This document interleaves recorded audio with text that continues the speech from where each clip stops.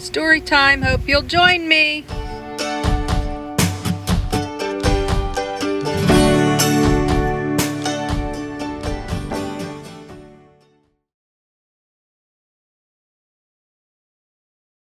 We made it. Let's go see what we can read, remember, learn. Water, fire, air, and earth, circle of life. For the Plains Indian, the sacred hoop was the all-encompassing symbol of the entire world. One half of the circle representing the physical and the other the spiritual. Equally significant was the number 4. 4 quadrants of the hoop were symbolic of the 4 seasons, 4 directions, 4 times of the day, and 4 elements. At the center of the hoop, distinct from the 4 quadrants, is a smaller circle in the shape of a turtle. The Plains people believed we are all floating on a primordial sea on the back of the turtle. Each quadrant, when placed to correlate with a specific direction, is represented by a unique color, animal, element, and plant. Okay. This is absolutely stunning. And I must mention, free. Plains Indians, life, beliefs, and practices. The Plains Indians were inseparable from the land they roamed. Here's a cool map.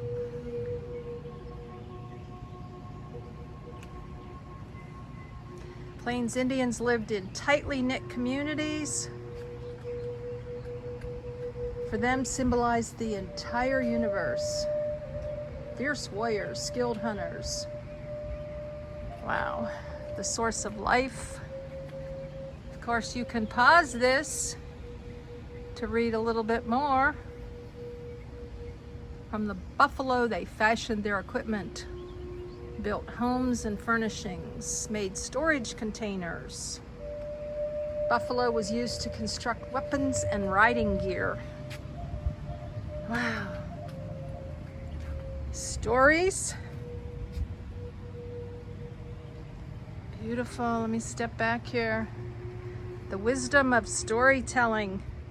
Gathered as a group at night around the fire, the tribe used storytelling to draw the community closer together. In each story lay a lesson. A bit of wisdom for the younger tribal members to carry with them through life. Storytelling represented communication, entertainment, and education. Though often conveyed verbally, stories were recorded through symbols. This is an example of a traditional hunting story. Hope you can see this, because I can't through the camera.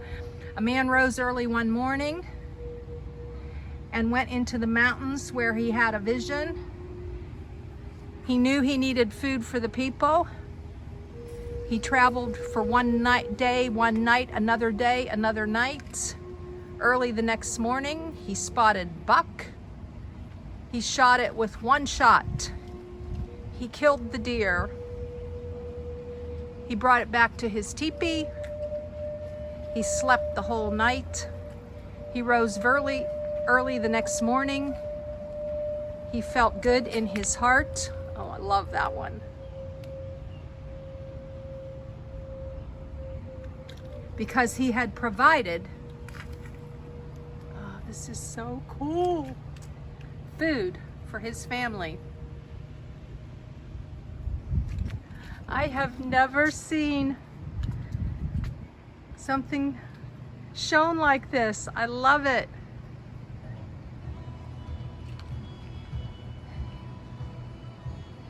Esteemed partners. The status of women in Plains culture was decided higher than it is often assumed.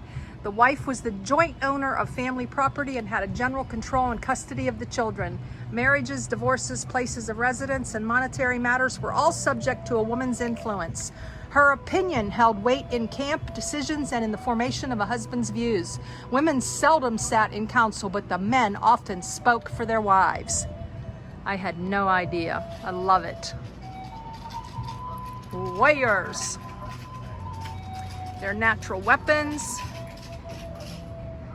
Began to practice before he was even 4 years old. At the age of 8 to 10, he would begin to use his developing skills to assist in the hunts. They'd craft their own bow, made from Osage orange wood. They developed commendable skills with the hunting and wore lance, knife, hatchet, and club. It was said that the shorter the war lance, the greater the courage of the warrior who carried it. Sacred songs and objects. They drew inspiration and power from their ceremonies, using sacred prayers, songs, objects, and dances. Ritual drumming and rattling, the people created a spiritual atmosphere to induce visions and revelations. Ceremonies were a means to offer thanksgiving to God, as well as bring good fortune to the tribe in the future. Most plain tribes revered sacred objects such as special feathers and rocks that were unique to their own particular history and essential to their identity. Oh, just so awesome to learn about the Plains Indians. Mid-American All-Indian Center, Tuesday through Saturday, 10 to 4. Well, today's Sunday, and it sure is a beautiful day to be doing this. City of Wichita, Arkansas River Corridor.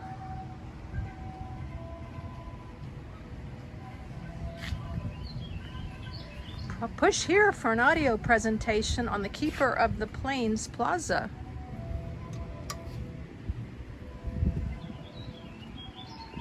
Maybe that's what's going on now. Okay, one more, and then we're gonna walk down closer. I'm not gonna read all this, I don't think. It's so interesting. The strength of the shield, animals that appeared in dreams could convey strength to the shield of a warrior. Special medicines made from dream animals, such as the eagle or buffalo, were tied to the shield or placed under the outer cover. You know, I love the way they did this in snippets too, instead of one huge plaque where you've got to read most of it all on one plaque. And all of these visuals, I'm very much a visual person, so this is just so awesome. A mobile world. Wherever they roamed, the people of the prairie carried their world with them in the form of a teepee. Its circular ground pattern resembled the larger camp circle as well as the disk of the earth. An Indian camp was composed of a circle of teepees. When a tribe gathered for the annual sun dance, the camp circle could measure as much as a mile in diameter. Within the teepee, the central fire pit served as the secular and sacred hearth of the home. Family members not only prepared meals here, but also praised the nourishing spirits. The smoke hole above was viewed symbolically as a passageway to the heavens. I have been in national parks. I believe it was at Bryce Canyon, where they actually had teepees that you could rent and live in for the night. How fun would that be? Yeah, when I was working in Bryce Canyon at Ruby's. A title of honor, Plains Indian Chief, exceptionally powerful personality, could exert great influence. As a rule, any power exercised within the tribe was done so by the total body of responsible men who had earned social eminence through their war record and generosity. Wow. I know I say wow a lot. Lords of the air. The eagle was a lord of the air, symbolizing both ferocity and purity.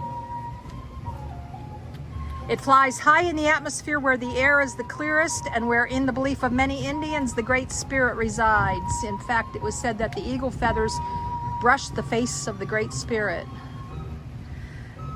Way of the horse. Horses were introduced by Europeans in the 18th century. The Plains people therefore called the animals big dogs. subservient to men. However, with the horses came new values and a more complex way of living. Indian families measured their wealth by the number of horses they owned. Tribes would count their history from the time they acquired the horse. They no longer moved on foot. They were now a race of mounted hunters and warriors. These strong, swift animals allowed the Plains Indians the luxury of moving several miles a day and ensured their ability to follow the buffalo herds. For a migratory culture, the horse was key to survival. Blessings in your day and joy in the journey.